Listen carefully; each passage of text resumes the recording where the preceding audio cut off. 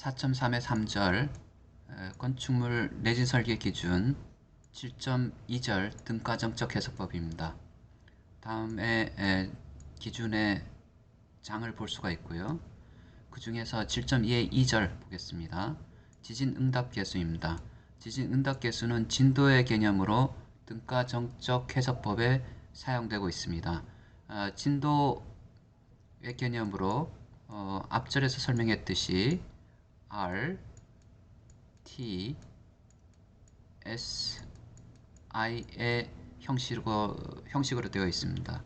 등가정적 해석에 사용되는 지진 하중, 등가정적 지진 하중의 크기를 나타내고요.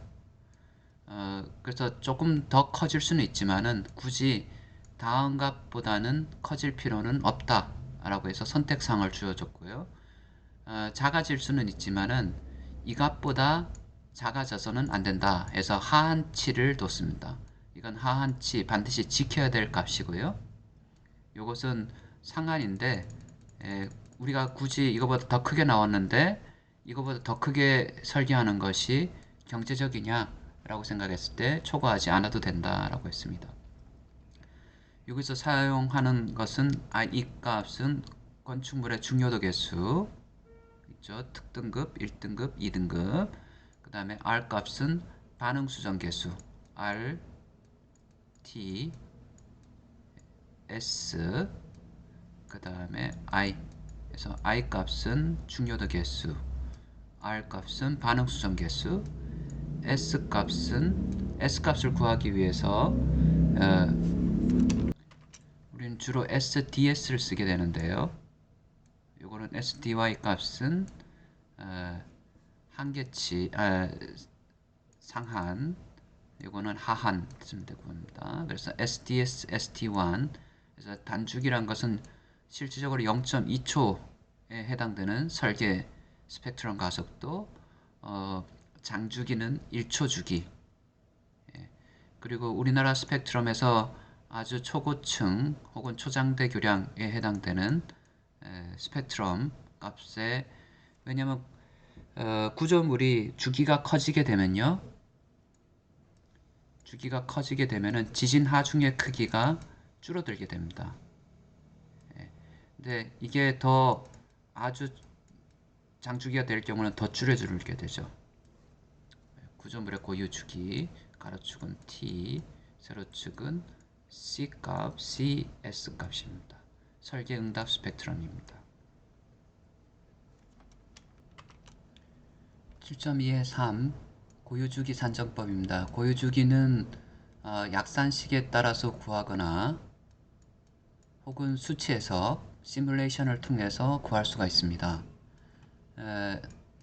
하지만 이 약산식이란 것은 굉장히 경험적이고 여러가지 약식으로 구한 거기 때문에 거기 시뮬레이션을 통해서 구한 값이 만약에 강성을 충분히 고려하지 않고 근사적으로 했을 때 주기가 지나치게 늘어날 수가 있거든요.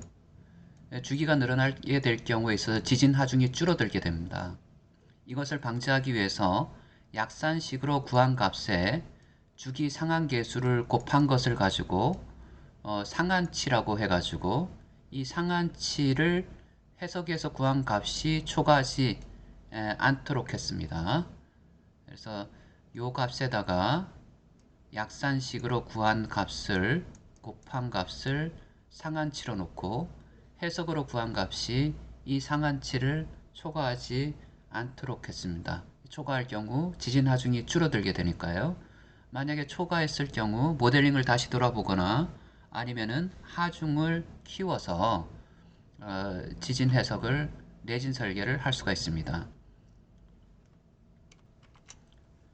고유 주기값을 보면은 CT에 비례하게 되는데요. CT 값이, 이 주기값은 구조물이 스티프할수록, 강성이 클수록 주기값이 줄어들게 되죠. 이 주기값을, CT 값을 보게 되면요, 이런 식으로 나와 있습니다. 지금 강성이 커지면 커질수록 주기가 줄어든다. 강성이란 것은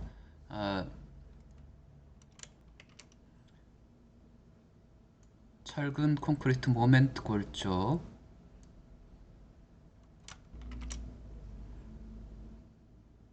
하고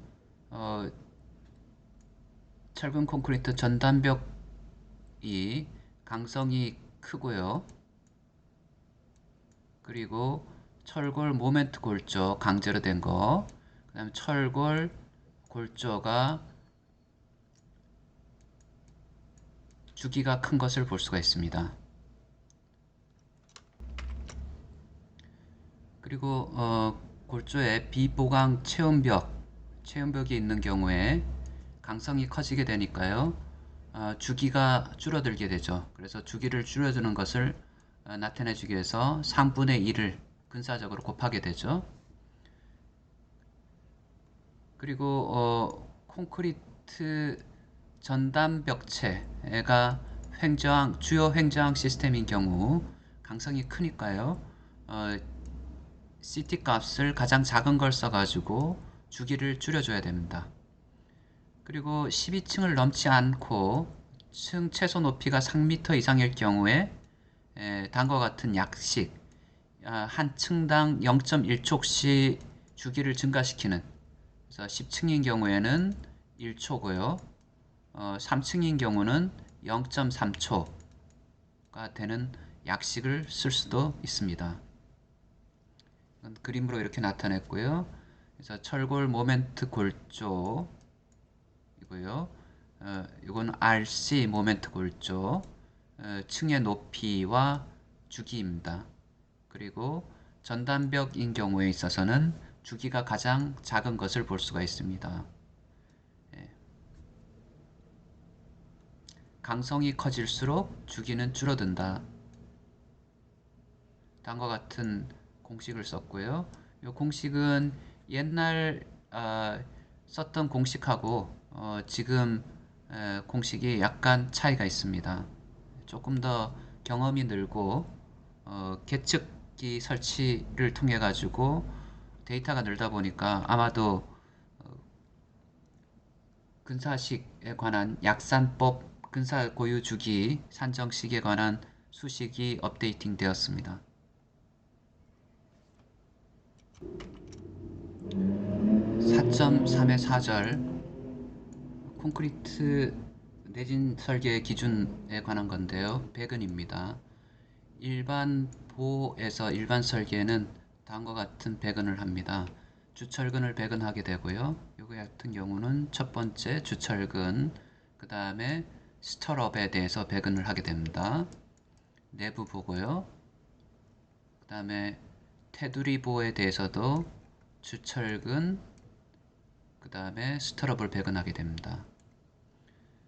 그런데 중간 모멘트 골조와 전이 보의 경우에 있어서는 테두리 보에서 적용했던 것에 내진 철근 상세에다가 다음과 같은 것들을 추가로 해야 됩니다. 소성 힌지 구간에서는 소성 힌지 구간이죠. 양쪽에 힌지가 발생하는 구간입니다. 이 구간에서는 이음이 주철근의 이음이 허용되지 않고요. 그 다음에 이음 위치에 대해서도 기준에서 명시를 하고 있습니다. 그리고 모멘트 골조와 전이보 부재에 사용되는 주철근은 이 경우에 있어서는 내진용 철근을 사용해야 됩니다. 일반 철근이 아니라 내진용 철근. 그리고 중간 모멘트 골조에 있어서 주철근과 스트럭, 여기서 S 값이 있는데 처음에는 벽체에서 2분의 띄어지는 거리 다 정의가 되어 있고요. 그 다음 특별 지진 하중을 사용할 경우에 스트럽, 간격이라든가 이런 것들은 설계 기준에 상세를 참조해야 되고요. 보의 배근 원칙은 압축이 발생하는 곳에 이음을 하고, 이음은 전수 이음이 아니라 전체 하는 것에 50%만 이음을 한다. 같은 위치에. 그 다음 순간격을 유지해야 되고요. 규정을 따르고, 만약에 이 조건을 만족시키지 못할 경우 이음 길이를 증대해야 되는데 A급 이음에서 B급 이음으로 해야 되고 이럴 경우는 구조기술사의 승인이 필요하다입니다. 보와 마찬가지로 기둥에 대해서도 비내진 상세는 다음과 같은 이러한 기준을 따라서 하고요. 도면만 나타냈습니다. 중간 모멘트 골조인 경우에 있어서는 조금 더 상세하고 엄격한 띠철근 기둥, 띠철근의 상세를 따라야 됩니다. 그리고 특별 지진 하중을 적용해야 하는 기둥, 전이 기둥 같은 경우에 있어서는 다음과 같은 기준을 따라야 됩니다. 네, 여기까지 하겠습니다.